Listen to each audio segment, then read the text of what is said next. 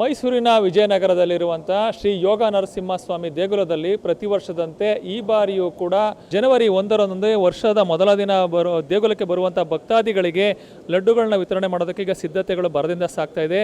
ಈ ಜನವರಿ 1ರಂದು 2 ಲಕ್ಷ ಲಡ್ಡುಗಳನ್ನು ವಿತರಣೆ ಮಾಡೋದಕ್ಕೆ ಈಗ ಸಿದ್ಧತೆಗಳು ಭರದಿಂದ ಸಾಗ್ತಾ ಇದ್ದು, ಇದಕ್ಕಾಗಿಯೇ ಒಂದು 100 ಮಂದಿ ನುರಿತ ಬಾಣಸಿಗರು ಈ ಒಂದು ಕೈಂಕರ್ಯದಲ್ಲಿ ಪಾಲ್ಗೊಂಡಿದ್ದಾರೆ.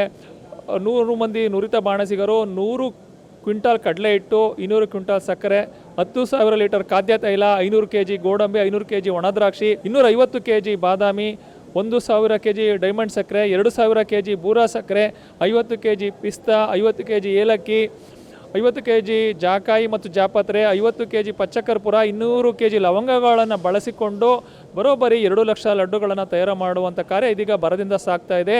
ಡಿಸೆಂಬರ್ 31ರ ಸಂಜೆಯ ವೇಳೆಗೆ ಈ ಒಂದು ಕಾರ್ಯ ಮುಗಿತಾ ಇದ್ದಂತೆ ಜನವರಿ 1ರಂದು ಬೆಳಗಿನ ಜಾವದಿಂದಲೇ ಈ ಒಂದು ಲಡ್ಡುಗಳ ವಿತರಣಾ ಕಾರ್ಯ ನಡೆಯಲಿದ್ದು, ಜನವರಿ 1ರಂದು ಮಧ್ಯರಾತ್ರಿವರೆಗೂ ಕೂಡ ದೇಗುಲಕ್ಕೆ ಆಗಮಿಸುವಂತಹ ಭಕ್ತಾದಿಗಳಿಗೆ ಈ ಲಡ್ಡುಗಳನ್ನು ವಿತರಣೆ ಮಾಡಲಾಗ್ತದೆ. ವಿವಿಧ ಮಾದರಿಯ ಲಡ್ಡುಗಳನ್ನು ಇಲ್ಲಿ ವಿತರಣೆ ಮಾಡ್ತಾ ಇರೋದು ಕಂಡು ಬರ್ತದೆ.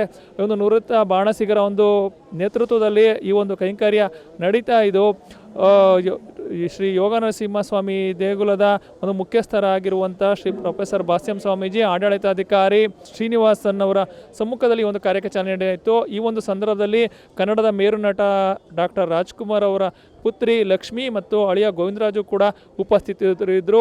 ಯಾಕೆಂದರೆ ಈ ಒಂದು ಕಾರ್ಯ ಆರಂಭವಾಗೋದಕ್ಕೆ ಡಾಕ್ಟರ್ ರಾಜ್ಕುಮಾರ್ ಅವರೇ ಒಂದು ಪ್ರಮುಖ ಕಾರಣಕರ್ತರಾಗಿದ್ದಾರೆ ಅಂತ ಹೇಳ್ಬೋದು. 1993ರಲ್ಲಿ ಡಾಕ್ಟರ್ ರಾಜ್ಕುಮಾರ್ ಅವರು ದಂಪತಿ ಸಮೇತವಾಗಿ ಈ ಒಂದು ದೇಗುಲಕ್ಕೆ ಶ್ರೀಗಳ ಆಶೀರ್ವಾದವನ್ನು ಪಡೆಯುವಂಥ ಸಂದರ್ಭದಲ್ಲಿ ತಿರುಪತಿಯ ಮಾದರಿಯಲ್ಲಿ ಇಲ್ಲಿಯೂ ಕೂಡ ನೀವು ಲಡ್ಡುಗಳನ್ನ ವಿತರಣೆ ಮಾಡಿ ಅನ್ನೋ ಒಂದು ಸೂಚನೆಯನ್ನು ಕೊಟ್ಟು ಒಂದು ಭಾಷ್ಯಂ ಸ್ವಾಮೀಜಿ ಅವರಿಗೆ 1,000 ರೂಪಾಯಿನ ಕೊಟ್ಟು ಹೋಗ್ತಾರೆ. ಇದೇ ಒಂದು ಪ್ರೇರಣೆಯಿಂದ 1994ರಿಂದ ಈ ಒಂದು ಕಾರ್ಯ ಇಲ್ಲಿ ಆರಂಭ ಆಗುತ್ತೆ. ಆರಂಭದಲ್ಲಿ 1,000 ಲಡ್ಡುಗಳನ್ನು ಮಾತ್ರ ವಿತರಣೆ ಮಾಡಲಾಗ್ತಾ ಇತ್ತು. ನಂತರದ ವರ್ಷಗಳಲ್ಲಿ ಅಂದರೆ ದೇಗುಲ ಅಭಿವೃದ್ಧಿ ಹೊಂದಿದಂತೆ ವರ್ಷದಿಂದ ವರ್ಷಕ್ಕೆ ಈ ಒಂದು ಸಂಖ್ಯೆ ಹೆಚ್ಚುತ್ತಾ ಸಾಗಿ 10,000 ಆಯಿತು, 50,000 ಆಯಿತು, ಈ ರೀತಿ ಹೆಚ್ಚುತ್ತಾ ಸಾಗಿ 1 ಲಕ್ಷದವರೆಗೂ ಮುಟ್ಟಿತ್ತು. ಇತ್ತೀಚಿನ ವರ್ಷಗಳಲ್ಲಿ ಇದೀಗ 2 ಲಕ್ಷ ಲಡ್ಡುಗಳನ್ನು ವಿತರಣೆ ಮಾಡುವಂಥ ಹಂತಕ್ಕೆ ಬಂದು ತಲುಪಿದೆ. ಒಟ್ಟಾರೆಯಾಗಿ ಸಾಂಸ್ಕೃತಿಕ ನಗರಿ ಮೈಸೂರಿನಲ್ಲಿ ವಿಭಿನ್ನವಾಗಿ ಒಂದು ನೂತನ ವರ್ಷವನ್ನು ಬರಮಾಡಿಕೊಳ್ಳೋದು ವಾಡಿಕೆ.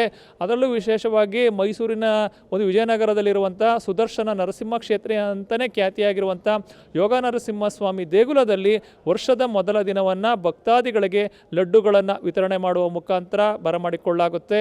ಇದೇ ಒಂದು ಹಿನ್ನೆಲೆಯಲ್ಲಿ ದೇಗುಲದ ಆವರಣದಲ್ಲಿ ಇದೀಗ 2 ಲಕ್ಷ ಲಡ್ಡುಗಳನ್ನು ತಯಾರು ಮಾಡಿರುವಂಥ ಕಾರ್ಯ ಭರದಿಂದ ಸಾಗಿದ್ದು, ಡಿಸೆಂಬರ್ 31ರ ಸಂಜೆಯ ವೇಳೆಗೆ ಇದು ಮುಕ್ತಾಯ ಆಗುತ್ತೆ ಅಂತ ಹೇಳ್ಬೋದು. ಕ್ಯಾಮರಾ ಪರ್ಸನ್ ಅರ್ಜುನ್ ಜೊತೆ ರಂಗಸ್ವಾಮಿ, ಪ್ರತಿನಿಧಿ ನ್ಯೂಸ್, ಮೈಸೂರು.